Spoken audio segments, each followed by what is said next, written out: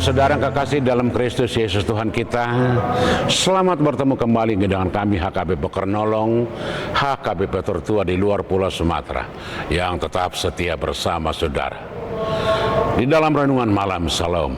Dan untuk memulai renungan ini kita berdoa. Kami sungguh bersyukur untuk Tuhan, pemilik segala sesuatu yang senantiasa kami sembah, kami puji dalam setiap gerak kehidupan kami hingga pada malam ini. Di saat kami bersama-sama dengan Engkau dalam firman-Mu, biarlah Roh-Mu yang membuka mata hati pikiran kami agar kami mengerti apa yang Tuhan kehendaki. Di dalam Yesus kami berdoa. Amin.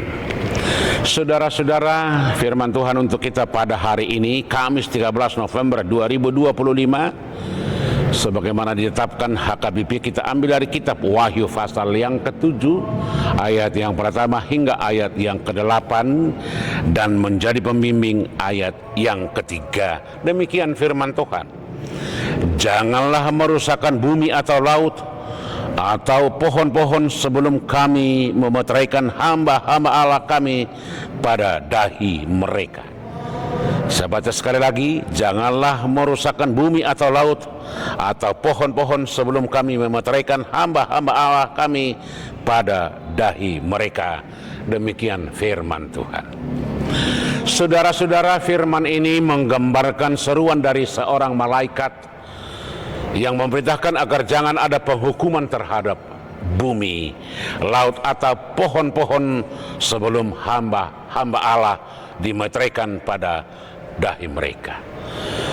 Ini adalah momen penting di tengah penglihatan Yohanes tentang masa kesengsaraan dan penghakiman, sebab disinilah tampak belas kasih dan perlindungan Allah atas umatnya. Dan itulah ciri Allah, bagaimana kasih-Nya mengatasi segalanya.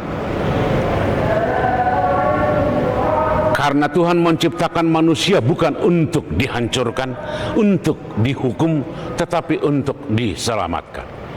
Karena itu, kalau dunia ini, kalau segala makhluk atau bumi, tumbuhan, laut dan segala isinya untuk dihanguskan atau dihukum, tetapi harus diselamatkan dulu umat manusia. Karena itu saudara-saudara, ini menjadi ciri khas Alkitab yang kita lihat. Sebab bagi Allah manusia lebih berharga dari makhluk apapun, baik binatang, baik tumbuhan, baik makhluk hidup yang lain. Karena itu sebelum penghakiman kepada bumi, kepada tumbuh-tumbuhan, kepada pohon-pohon, Allah ingin memeteraikan materai pada dahi setiap orang-orang percaya. Itu adalah tanda kepemilikan dan perlindungan ilahi. Dalam dunia kuno, materai adalah lambang otoritas, keaslian dan kepemilikan. Jadi tindakan memeteraikan hamba-hamba Allah berarti Allah menegaskan bahwa mereka adalah miliknya. Setiap orang yang telah dimeteraikan pada dahinya, itu pertanda bahwa itu adalah milik dan kepunyaan Allah sendiri. Tidak ada seorang pun yang bisa untuk menghancurkan atau menghukumnya, karena Allah selalu menjaga dan tidak akan binasa oleh apapun. Kalaupun dunia ini dihukum, tetapi orang-orang yang telah termeterai di dahinya akan diselamatkan. Saudara-saudara, inilah ajakan yang sangat indah bagi semua orang percaya pada zaman ini. Apa itu tanda-tanda? Sebenarnya itu adalah penglihatan atau simbol-simbol. Sebab sebenarnya ketika kita telah menerima baptisan kudus, itulah pertanda bahwa kita adalah milik Tuhan, bahwa tidak ada apapun yang bisa merusak atau menghukum kita kalau kita setia, kalau kita sudah diberi tanda, kalau kita sudah milik Allah. Bagaimana kita menjadi milik Allah? Dalam kehidupan itu kelihatan bagaimana segala sesuatu yang kita lakukan harus seturut dengan kehendaknya, harus sesuai dengan apa yang Tuhan inginkan, baik pekerjaan, tindakan, perbuatan, kata-kata, apapun yang kita lakukan harus menjadi simbol yang jelas bagi orang lain bahwa kita adalah orang percaya. Setiap orang percaya pada dasarnya harus bisa dikenal dengan perbuatannya. Itulah tanda, itulah materai. Harus ada perbedaan yang nyata antara orang-orang yang percaya kepada Tuhan dan orang-orang yang tidak percaya. Sebab sebenarnya kita diciptakan Tuhan sudah lebih unggul, lebih utama dari orang-orang lain. Utama dalam kebaikan, utama dalam cinta kasih, utama dalam sukacita, dan segala sesuatu yang kita lakukan. Itulah pertanda bagi orang lain bahwa kita tidak lagi dikuasai dunia, tidak lagi dikuasai oleh dosa, tetapi Tuhan sudah berkuasa dengan kita.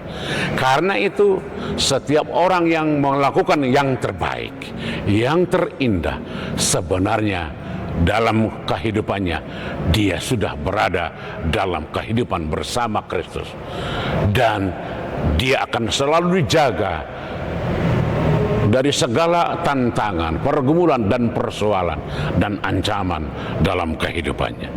Biarlah kehidupan bersama Kristus menguatkan kita menghadapi segala godaan ini, baik godaan-godaan ancaman, baik dari teknologi ataupun penderitaan-penderitaan, apakah penyakit anak-anak dan segala macam.